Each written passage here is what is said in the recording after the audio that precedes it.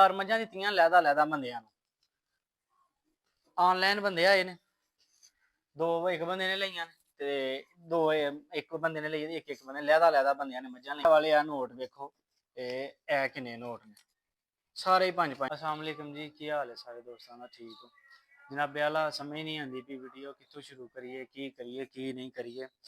ਕਿ ਮਾਰਕੀਟ ਦੇ ਵਿੱਚ ਇਸ ਤਰ੍ਹਾਂ ਦੇ ਸਕੈਮ ਇਸ ਟਾਈਮ ਆ ਗਏ ਨੇ ਨਾ ਕਿ ਯਕੀਨ ਕਰੋ ਬੰਦਾ ਸਮਝ ਹੀ ਨਹੀਂ ਸਕਦਾ ਕਿ ਕੀ ਬਣਦਿਆ ਪਿਆ ਕੀ ਨਹੀਂ। ਤਕਰੀਬਨ 2-3 ਮਹੀਨਿਆਂ ਦੇ ਵਿੱਚ ਨਾ ਦੂਸਰਾ ਤੀਸਰਾ ਇਸ ਤਰ੍ਹਾਂ ਸਕੈਮ ਹੁੰਦਾ ਪਿਆ। ਪਰ ਸਾਡੀ ਅਕਲ ਸਮਝ ਹੀ ਨਹੀਂ ਕੰਮ ਕਰਦੀ ਕਿ ਯਾਰ ਲੋਕ ਇਹ ਵੀ ਕੰਮ ਕਰ ਸਕਦੇ ਨੇ, ਇਸ ਤਰ੍ਹਾਂ ਵੀ ਹੋ ਸਕਦਾ। ਸਾਡੀ ਤੇ ਕੋਈ ਸਮਝ ਨਹੀਂ। ਤੇ ਇਸ ਵੀਡੀਓ ਬਣਾਉਣ ਦਾ ਖਾਸ ਮਕਸਦ ਇਹ ਹੀ ਹੈ ਕਿ ਤੁਸੀਂ ਭਰਾ ਵੀ ਜਿਹੜੇ ਵੇਖਦੇ ਹੋ ਵੀ ਯਾਰ ਐਸੇ ਫਰਾਡੀਆਂ ਕੋ ਬਚੋ, ਇਹਨਾਂ ਠੱਗਾਂ ਕੋਲ ਬਚੋ। ਯਕੀਨ ਕਰ ਲਓ ਲੋਕ ਗੱਲ ਭੇਜ ਕੱਪੜੇ ਲਾਉਣ ਨੂੰ ਫਿਰਦੇ ਨੇ ਵੀ ਅਗਲੇ ਬੰਦਿਆਂ ਦੇ ਕਿ ਯਾਰ ਅਸੀਂ ਕਿਸੇ ਤਰ੍ਹਾਂ ਇਹਨਾਂ ਦੇ ਕੱਪੜਿਆਂ ਦੇ ਨਾਲ ਜਿਹੜਾ ਮਾਸ ਹੈ ਨਾ ਉਹ ਵੀ ਲਾ ਕੇ ਖਾਈ ਜਾਈਏ। ਅੱਲਾਹੁ ਆਲਮ ਸਾਡੇ ਪਾਕਿਸਤਾਨ ਦਾ ਕੀ ਬਣਨਾ ਤੇ ਕੀ ਨਹੀਂ। ਮਾਮਲਾ ਕੀ ਹੈ ਜਨਾਬ, ਕੱਲ ਨਾ ਮੈਂ ਮੱਝਾਂ ਦਿੱਤੀਆਂ ਨੇ 4 ਇਕੱਠੀਆਂ,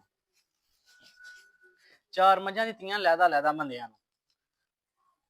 ਆਨਲਾਈਨ ਬੰਦੇ ਆਏ ਨੇ, ਇੱਕ ਬੰਦੇ ਨੇ ਲਈਆਂ ਨੇ ਤੇ ਇੱਕ ਬੰਦੇ ਨੇ ਲਈ, ਇੱਕ ਬੰਦੇ ਲਹਿਦਾ ਬੰਦਿਆਂ ਨੇ ਮੱਝਾਂ ਲਈਆਂ ਨੇ 4।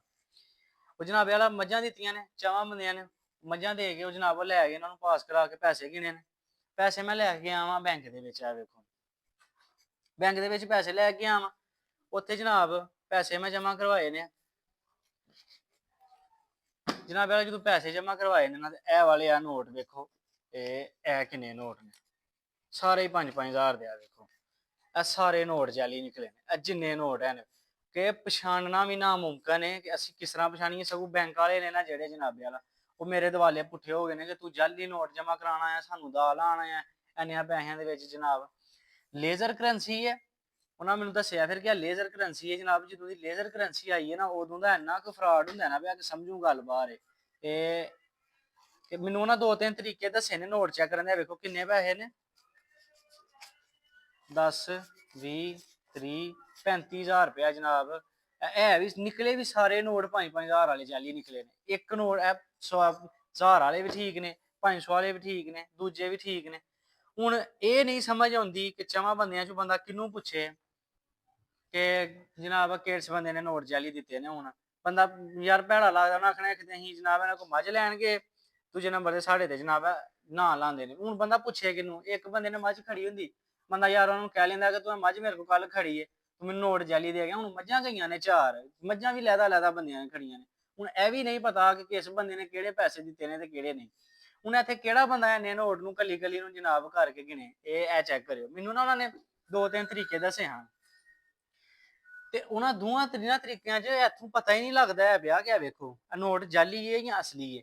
ਲਾਈਟ ਮਾਰ ਕੇ ਇਹ ਜਨਾਬੇ ਵਾਲਾ ਸ਼ੀਟ ਮਾਰ ਕੇ ਸਿਰਫ ਇਹਦਾ ਪਤਾ ਜਨਾਬੇ ਵਾਲਾ ਲੇਜ਼ਰ ਕਰੰਸੀ ਦਾ ਕਿਸ ਤਰ੍ਹਾਂ ਲੱਗਿਆ ਜੀ, ਜਦੋਂ ਮਸ਼ੀਨ ਦੇ ਵਿੱਚ ਗਿਆ, ਬੈਂਕ ਦੇ ਵਿੱਚ ਗਿਆ, ਬਗੈਰ ਮਸ਼ੀਨ ਤੋਂ ਇਹਨਾਂ ਪੈਸਿਆਂ ਨੂੰ ਜਨਾਬੇ ਵਾਲਾ ਕੋਈ ਬੰਦਾ ਪਛਾਣ ਹੀ ਨਹੀਂ ਸਕਦਾ। ਇਹਨਾਂ ਦੇ ਵਿੱਚ ਮਿਕਸ ਕਰ ਛੜੀਏ ਤੇ ਪਤਾ ਹੀ ਨਹੀਂ ਲੱਗਦਾ ਹੈ ਕਿ ਅਸਲੀ ਨੇ ਜਾਂ ਨਕਲੀ ਨੇ। ਉਹ ਜਨਾਬੇ ਵਾਲਾ ਉਹ ਸਿਰ ਪੀੜ ਲੱਗੀ, ਉਹ ਟੈਨਸ਼ਨ ਲੱਗੀ ਹੈ, ਸਮਝੂ ਗੱਲ ਬਾਹਰ ਯਾਰ ਕੀ ਬਣਦਾ ਪਿਆ ਤੇ ਕੀ ਨਹੀਂ। ਇਹ ਦੂਸਰਾ ਤੀਸਰਾ ਫਰਾਡ ਸਾਡੇ ਨਾਲ ਇਸ ਮਹੀਨੇ ਦੇ ਵਿੱਚ ਹੋ ਗਿਆ ਤੇ ਕੋਈ ਸਮਝ ਨਹੀਂ ਲੱਗਦੀ ਮੇਰੇ ਖਿਆਲ ਨਾਲ। ਹੁਣ ਜਨਾਬੇ ਵਾਲਾ ਇਸ ਤੋਂ ਬਾਅਦ ਮਸ਼ੀਨ ਲਿਆ ਕੇ ਰੱਖਣੀ ਹੈ ਵੇਲੀ ਪੈਸੇ ਗਿਣਨ ਵਾਲੀ, ਭਾਵੇਂ ਕੋਈ ਸੱਜਣ ਹੈ ਭਾਵੇਂ ਕੋਈ ਸਾਥੀ ਹੈ, ਜਿਹੜਾ ਬੰਦਾ ਵੀ ਆਇਆ ਉਹਦੇ ਕੋਲੋਂ ਪੈਸੇ ਜਨਾਬੇ ਵਾਲਾ ਇਹ ਮਸ਼ੀਨ ਦੇ ਵਿੱਚ ਮਾਰ ਕੇ ਫੇਰ ਲੈਣੇ ਕਰਨੇ ਨੇ। ਕਿ ਅਕਸਰੀਅਤ ਦੇ ਵਿੱਚ ਨਾ ਜਨਾਬ ਸਾਡਾ ਕੰਮ ਇਸ ਤਰ੍ਹਾਂ ਹੁੰਦਾ ਕਿ 50,000, 10,000, 5,000 ਵਾਲਾ ਤੇ ਕੰਮ ਸਾਡਾ ਹੈ ਕੋਈ ਨਹੀਂ। ਲੱਖਾਂ ਦਾ ਕੰਮ ਹੈ, ਲੱਖਾਂ ਦੀਆਂ ਮੱਝਾਂ ਨੇ, ਲੱਖਾਂ ਨਾਲ ਲਿਆਣੀਆਂ ਨੇ, ਲੱਖਾਂ ਨਾਲ ਦੇਣੀਆਂ ਨੇ। ਹੁਣ ਇੱਕ ਨੋਟ ਕਿਹੜਾ ਬੰਦਾ ਜਾਂ ਕਿਸ ਤਰ੍ਹਾਂ ਬੰਦਾ ਚੈੱਕ ਕਰੇ, ਸਾਡੀ ਸਮਝੂ ਗੱਲ ਬਾਹਰ ਹੈ ਯਾਰ। ਲੇਕਿਨ ਦੁਨੀਆ ਇਸ ਟਾਈਮ ਪਈ ਜੇ ਗਲਮੇ ਲਾਉਣ ਜਨਾਬ, ਕੱਪੜੇ ਵੀ ਲਾਓ ਅਗਲੇ ਦੇ ਤੇ ਮਾਸ ਵੀ ਲਾਓ। ਇਹ ਵੇਖੋ ਜਨਾਬ, ਓਹੋ ਅੱਲਾ ਦੇ ਬੰਦਿਓ, ਸਮਝ ਨਹੀਂ ਲੱਗਦੀ ਜਨਾਬ ਕੀ ਕਰੀਏ ਕੀ ਨਹੀਂ। ਜਨਾਬ ਮੈਂ ਤੁਹਾਨੂੰ ਵੀ ਕਹਾਂਗਾ ਕਿ ਜਿੰਨੇ ਵੀ ਕਾਰੋਬਾਰ ਕਰਨਾ ਪੂਰੀਆਂ ਜਨਾਬ ਚਵੇ ਹੀ ਅੱਖਾਂ, 2 ਅੱਖਾਂ ਤੇ ਹੈ ਨੇ ਨਾਲ 2 ਕੰਨ ਨੇ ਨਾ ਜਿਹੜੇ, ਚਵੇ ਜਨਾਬ ਚਵੇ ਚੀਜ਼ਾਂ, 2 ਅੱਖਾਂ 2 ਕੰਨ, ਅਲਰਟ ਰਹਿ ਕੇ ਕਾਰੋਬਾਰ ਕਰੋ। ਲੋਕੀ ਨਹੀਂ ਜੇ ਸਮਝ ਲੱਗਣ ਦਿੰਦੇ ਵੇ। ਇਹ ਤੇ ਯਕੀਨ ਕਰੋ ਬੰਦਾ ਪਿੰਡ ਦਾ ਨਿਕਲਿਆ ਬੈਂਕ ਵਾਲਾ, ਨਹੀਂ ਤਾਂ ਸਿੱਧਾ ਸਾਡੇ ਪਿੰਡ ਦਾ ਬੰਦਾ ਬੈਂਕ 'ਚ ਲੱਗਾ, ਨਹੀਂ ਤਾਂ ਉਹ ਸਿੱਧੀ FIR ਦਿੰਦੇ ਨੇ, ਦਰਖਾਸਤ ਦਿੰਦੇ ਨੇ ਕਿ ਜਨਾਬ ਫਰਾਡ ਕਰਨ ਆਇਆ ਬੈਂਕ ਦੇ ਵਿੱਚ। ਤੇ ਹਰ ਬੰਦਾ ਜਨਾਬ ਅੱਖਾਂ ਖੋਲ ਕੇ ਕੰਨ ਖੋਲ ਕੇ ਜਨਾਬੇ ਵਾਲਾ ਕਾਰੋਬਾਰ ਕਰੇ, ਕਿਉਂਕਿ ਜਿਹੜੇ ਇਸ ਤਰ੍ਹਾਂ ਦੇ ਸਕੈਮਰ ਨੇ ਨਾ ਉਹ ਮਾਰਕੀਟ ਦੇ ਵਿੱਚ ਇੰਨੇ ਕੁ ਫਿਰਦੇ ਨੇ ਨਾ ਕਿ ਤੁਸੀਂ ਸੋਚ ਵੀ ਨਹੀਂ ਸਕਦੇ ਕਿੰਜ ਦਾ ਕਿਸ ਰੰਗ ਦਾ ਲੋਕ ਫਰਾਡ ਕਰਦੇ ਨੇ।